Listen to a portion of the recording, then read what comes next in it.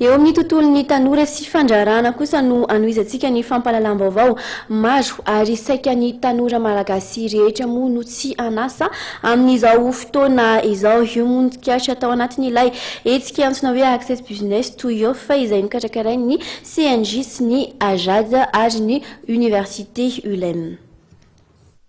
Ny enimpolo isan-jaton'ny mponina eto Madagasikara dia saingy tanora avokoa. Ny 10 isan-jaton'ny tanora nefa dia saika tsy anasa avokoa ary isan'ny fototr'izany olana izany ny fahambanian'ny tahan'ny fandraharahana.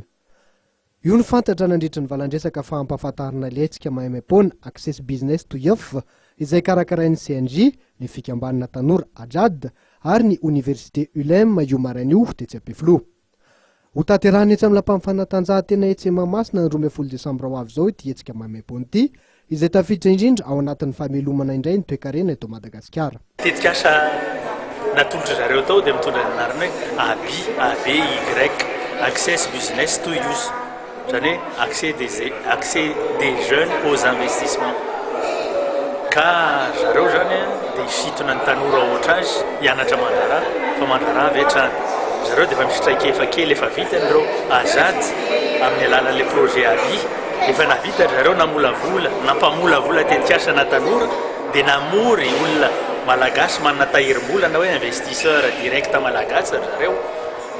Dia izay traikefa izay zany no nasarika anay avy etỳ amin'ny ilay hay zany efa misy tanora efa mandrofo eo amin'ny fandraharahana eny fa navita nampamolavola tetikasa avy amin'ny tanora ohatra azy. Navita namory olona malagasy, olom-pirenena malagasy tsotra manana tahirim-bola mba hamatsy ilay tetikasa n'ilay tanora. Hosarihana tokoa ny tetikasan'ireo tanora mendrika indrindra amin'ny fotoana io. Azo fampiofanana ara-teknika ary ovatsiana ara-bola amin'ny alalan'ny fandokafana ny orinasany tokoa ireo tanora tsara vitana, hoy ny mpikarakara. Orinasa 4 isam-bolana hatrany amin'ny faritra, io ny fanambina apetraky ny mpikarakara.